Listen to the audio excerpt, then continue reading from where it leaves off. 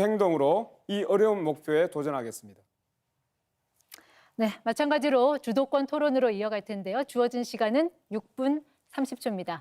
발언권은 먼저 이준석 후보한테 있습니다. 시작하시죠. 예, 이재명 후보님, 지난 토론에서 저한테 극단적이라고 계속 말씀하시면서 김문수 후보에게는 원전 질문하면서 후쿠시마 체르노빌 얘기를 하면서 한국 원전의 안정성에 대해 가지고 확신을 가지지 못하는 모습을 보이셨습니다. 이게 오히려 한국의 대통령이 되시겠다는 분이 한국 원전에 대해서 불신을 가진 극단적인 상황이 아닌가 생각하고요. 자, 그러면은 중국 원전에 대해서 한번 여쭤보겠습니다. 중국 동쪽 지역에는 원전이 많이 몰려 있고요. 이게 사고가 날 경우에는 대한민국의 직격탄인데 이건 어떻게 위험도를 평가하십니까? 저는 대한민국 원전을 불신한다고 한 바가 없어요. 안전성에 우려가 있다. 안전성에 우려가 있죠. 그 안전 관리 비용이 엄청나게 많이 든다는 말씀을 먼저 드립니다. 사고는 잘 안 나겠죠. 그러나 사고가 날 경우에는 엄청난 피해가 발생할 수 있다. 그게 50년에 한 번이든 100년에 한 번이든 그 점을 고려해야 되고, 중국 동해안에 원전들이 많이 있는 건 저도 아는데 그 점과 거기 원전 많으니까 우리나라에 원전 많아도 괜찮다, 그런 건 아니죠. 거기가 위험하니까 우리나라 위험해도 괜찮다, 그렇게 말하면 안 되는 거죠. 중국의 원전의 안전관리에 대해 가지고 특별한 대책이 혹시 있으십니까? 왜냐하면 지금 대한민국의 원전 산업이 수출 산업으로 유망하고 우리가 경험한 바로는 문재인 대통령께서 원전의 안전성에 대해서 꾸준히 의심하고 계시기 때문에 해외 세일즈 같은 것도 안 됐습니다. 근데 지금 이재명 후보의 발언대로라면은 대한민국 원전이 뭐 사고가 날 수 있기 때문에 결국은 안전하지 않다는 취지로 들릴 수도 있고, 지금 결국에는 뭐 중국에 대해서는 별말 안 하실 것 같은데 어떻게 받아들여야 됩니까? 역시 제 말을 좀 왜곡하지 않으면 좋겠다는 말씀을 먼저 드리고요.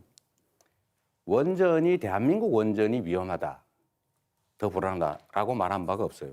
그렇게 주장하지 않아요. 원전의 일반적인 위험성을 얘기하는 거죠. 또 원전이란 지금 당장은 싼 게 맞지만 폐기물 처리 비용이나 또 위험을 비용으로 환산했을 때 그걸 계산하면 엄청나게 비싼 에너지일 수도 있어요. 또 한 가지는 지금 이미 유럽에서는 원전 생산 원가보다 풍력 발전 원가가 더 떨어지고 있습니다. 그 점을 고려할 필요가 있어요.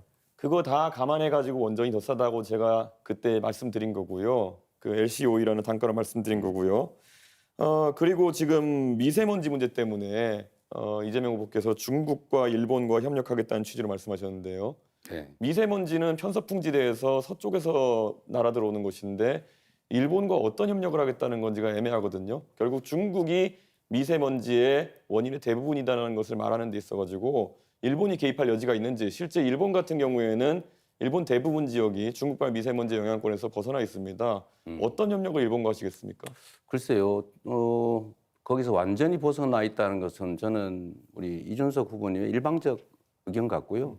그게 한반도까지는 피해를 끼치는데 일본에는 전혀 피해를 안 끼친다, 일본에는 아무 관심이 없다, 저는 그렇게 생각하지 않아요. 그리고 똑같은 피해 반경 안에 있기 때문에 저는 일본도 같은 입장이 있을 수 있기 때문에 일본과 협력해서 중국에 대응하면 우리 혼자 하는 것보다 훨씬 낫지 않겠느냐, 당연히 그렇게 생각합니다. 대한민국의 미세먼지 중에 중국발 영향력은 30에서 60% 수준으로 알려져 있고요. 일본에 미치는 영향력은 2% 정도다라고 알려 있습니다. 그렇기 때문에 데이터와 맞지 않는 이야기를 지금 하고 계신 것 같고요. 탈석탄, 감원전이라는 이야기를 하셨습니다. 그러면 이 안에서 보통 우리가 봤을 때 기저전력을 무엇으로 해결하겠는가라는 질문을 하게 되는데요. 네. 에너지 수요는 갈수록 AI와 로봇의 발달로 늘어날 텐데 탈석탄하고 감원전 하면은 기저전력 수요가 늘어나는 것엔 무엇으로 대응하시겠습니까? 지금 현재 상태도 원전의 비중이 32% 정도고, 현재 상태로는 새로 짓는 것도 있기 때문에 지금 있는 것만 해도 2060년까지는 쓸 수 있는 상태고요.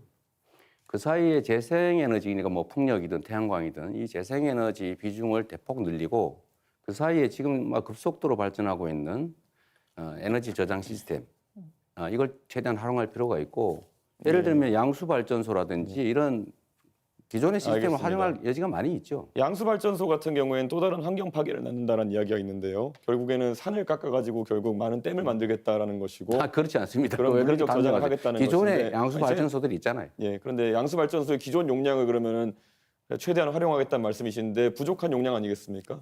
안 짓고 하겠다고요? 그렇게 단정하지 말라니까요. 제가 언제 양수발전소 용량을 늘린다고 했습니까? 그것도 하나의 예라는 거죠. 에너지 저장 시스템이라고 하는 것은 다양한 방식이 있을 수 있습니다. 앞으로는 전국의 모든 전력망이 지능형으로 다 연결이 되고 밤에 예를 들면 그 자동차 배터리 꽂아놨다가 안 쓸 때는 배터리에 전기를 빼서 다른 데 공급할 수도 있어요. 이 전국의 지능형 전력망을 구축하게 되면 에너지 낭비도 적고 그런 간헐성도 상당히 많이 극복할 수가 있습니다. 저 V2G 이런 것들 얘기하시는 것 같은데 그게 현실화되려면 우리나라에 현재 보급된 충전기 구조 같은 것도 다 바꿔야 되는 것이고요. 그리드 다 바꿔야 되는 거기 때문에 너무 가볍게 말씀하시는 것이 아닌가 이런 우려가 좀 있습니다. 이재명은 합니다라고 하면서 대선 출마 선언하신 다음에요. 쌍방울의 지주회사였던 광림이 사업 다각화한다고 하면서 임시주총을 열고 풍력 발전과 태양광 발전을 사업 목적으로 추가를 합니다.